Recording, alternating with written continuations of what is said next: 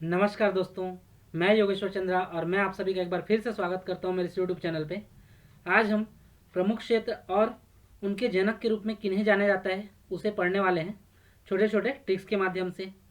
तो जैसा कि आप जानते हैं कि सबसे पहले हम क्या करते हैं, अपने वीडियो में थ्योरी पोर्शन को कवर करते हैं। उसके पश्चात हम प्रीवियस ईयर क्वेश्चंस को क्वेश्चन आंसर टेस्ट के माध्यम से सॉल्व करते हैं। तो चलिए इसी सीक्वेंस में आगे बढ़ते हैं, इस वीडियो को शुरू करते हैं।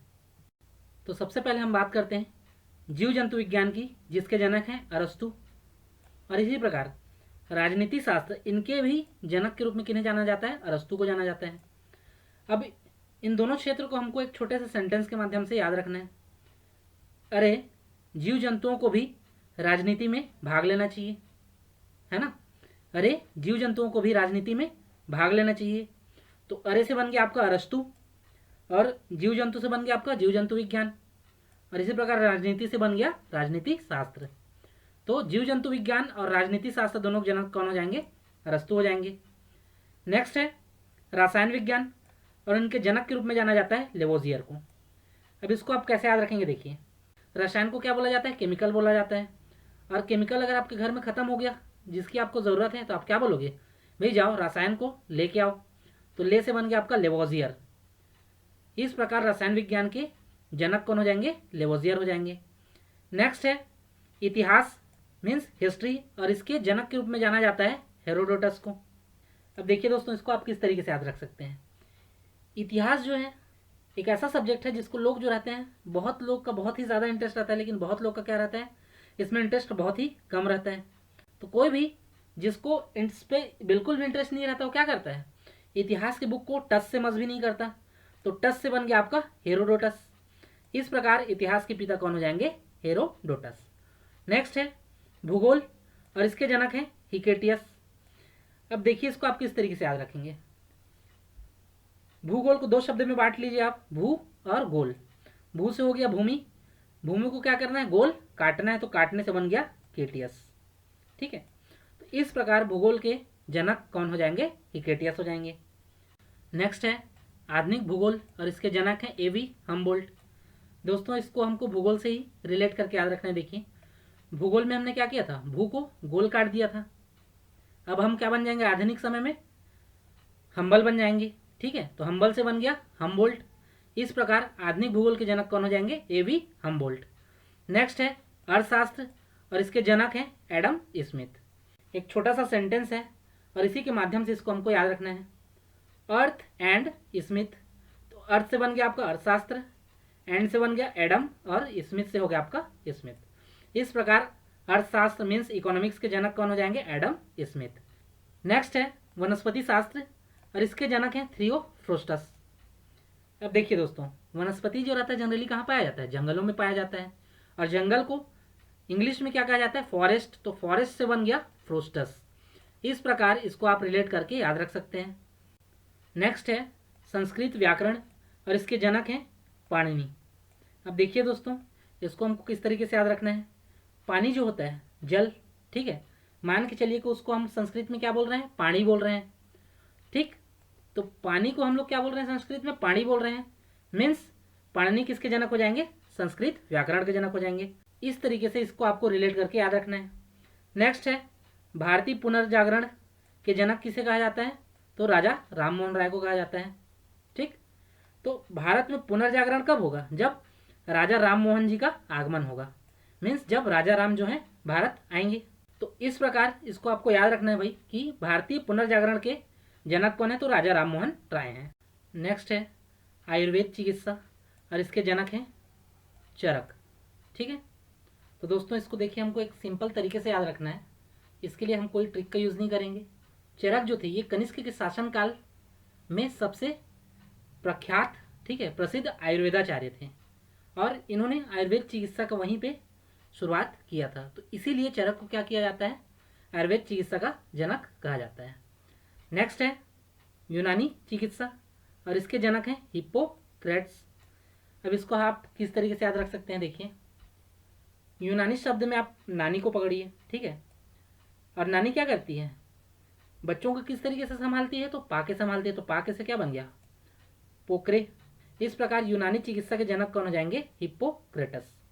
नेक्स्ट है भारत में नागरिक सेवा और इसके जनक के रूप में लॉर्ड कॉर्नवालिस को जाना जाता है। ठीक है, अब इसको आप कैसे याद रखेंगे, देखिए नागरिक अगर अपना काम सही तरीके से नहीं करेंगे तो उनको या उनका कान पकड़ के उनको उनका कार्य याद दिलाएंगे।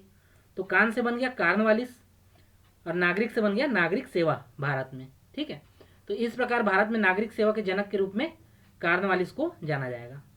नेक्स्ट है भारत में आधुनिक शिक्षा और इनके जनक हैं चार्ल्स ग्रांट। ठीक है, अब इसको हम लोग किस तरीके से याद रखेंगे, देखिए प्राचीन समय में क्या होता था, शिक्षा जो रहता था वो बहुत ही कम लैंग्वेज अर्थात भाषाओं में दिया जाता था। और जैसे जैसे आधुनिक युग में हम लोग आते गए तो शिक्षा का और विकास होते गया और नए नए भाषाओं का विकास हुआ और नए भाषाओं को हम लोग क्या करते गए, सीखते गए। ठीक है, तो आधुनिक शिक्षा में क्या हो गया, हमको नए भाषाओं को पढ़ने का समय मिल गया अर्थात ग्रांट मिल गया, ग्रांट से हो गया परमिशन। ठीक, तो इस प्रकार आधुनिक शिक्षा के जनक कौन हो जाएंगे, चार्ल्स ग्रांट। नेक्स्ट है परमाणु ऊर्जा और इनके जनक हैं डॉक्टर होमी जहांगीर भाभा। अब दोस्तों इसको आप कैसे याद रखेंगे, देखिए जहां पे भी परमाणु ऊर्जा के हथियार जो हैं गिरेंगे, जहां पे भी से क्या बन गया, जहांगीर। ठीक है, परमाणु ऊर्जा के हथियार गिरेंगे वहां पे होम अर्थात घर बनाना मुश्किल हो जाएगा। तो इस प्रकार आप इसको याद कर सकते हैं, परमाणु ऊर्जा के जनक कौन हो जाएंगे, डॉक्टर होमी जहांगीर भाभा। नेक्स्ट है पार्लियामेंट और इसके जनक हैं ब्रिटेन। इसको हमको छोटे से सेंटेंस के माध्यम से याद रखना है।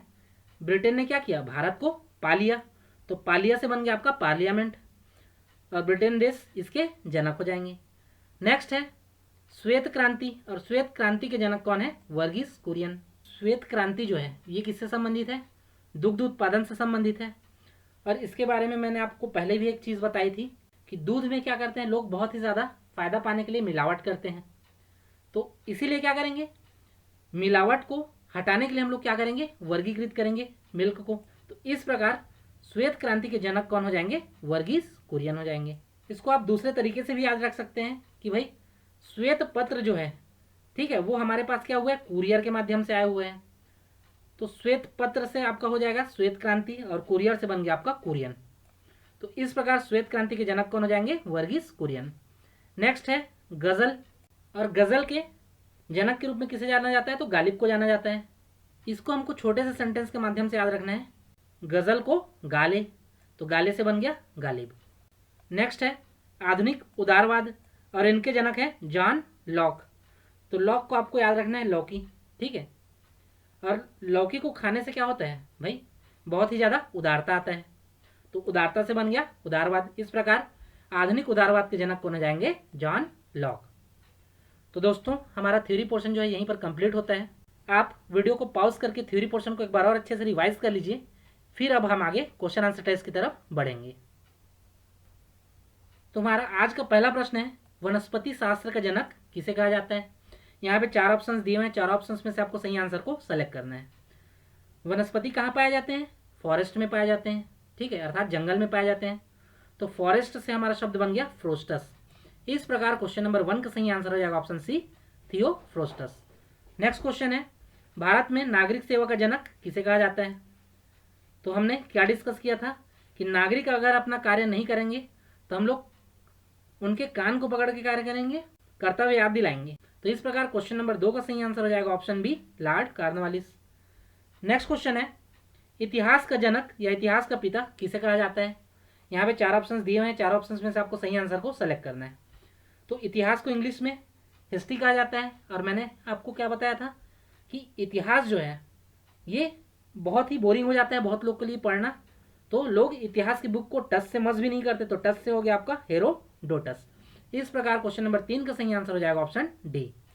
नेक्स्ट क्वेश्चन है, भारतीय पुनर्जागरण के पिता के रूप में किन्हें जाना जाता है। यहाँ पे 4 ऑप्शंस दिए हुए हैं, 4 ऑप्शंस में से आपको सही आंसर को सेलेक्ट करना है। तो इसको हमने किस तरीके से याद रखा था, भारत में पुनर्जागरण कब होगा, जब राजा राम का यहाँ पे आगमन हो जाएगा। तो राजा राम से बन गया राजा राम मोहन राय। इस प्रकार क्वेश्चन नंबर 4 का सही आंसर हो जाएगा ऑप्शन बी। नेक्स्ट क्वेश्चन है, आयुर्वेद चिकित्सा के जनक कौन है। यहाँ पे 4 ऑप्शंस दिए हैं, 4 ऑप्शंस में से आपको सही आंसर को सेलेक्ट करना है। तो मैंने बताया था कि आयुर्वेद चिकित्सा, ठीक है, इसका जन्म किस समय हुआ था, कनिष्क के शासनकाल में हुआ था, और इनके जनक के रूप में किन्हें जाना जाता है, तो चरक को जाना जाता है।